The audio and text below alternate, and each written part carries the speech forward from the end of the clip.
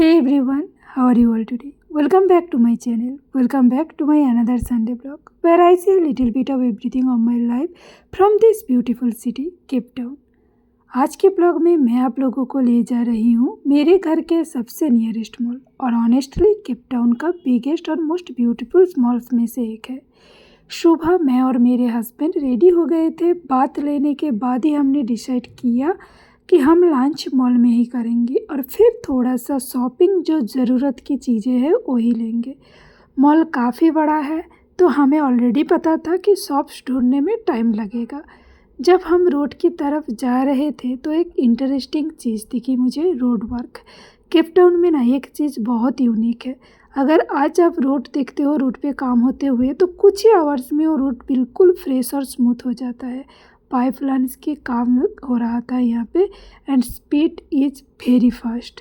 India में हम लोग डैमेज होने के बाद रोड को देखते हैं पैचवर्क होते हुए, बट यहाँ पे हर 5-6 महीने में ही रोड्स का रिटच होते रहते हैं, इसलिए यहाँ की रोड्स जो है ना बिल्कुल बटर स्मूथी जैसा लगता है। थोड़ी देर चलने के बाद हम पहुँच गए थे mall. Name of the mall is Cavendish square mall.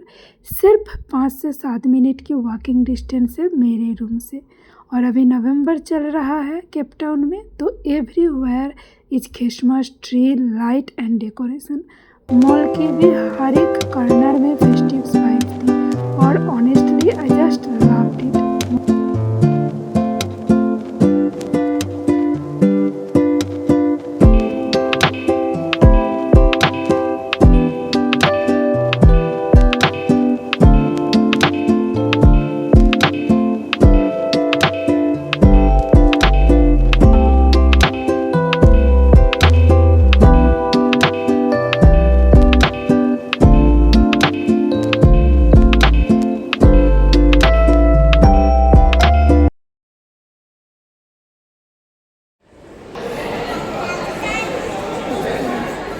Mall में 2 सेक्शन है, लेफ्ट एंड राइट, बट दोनों टॉप फ्लोर से कनेक्टेड है। सबसे पहला मिशन था lunch, so we went to the right side section and took the escalator to the second floor जहाँ food court है।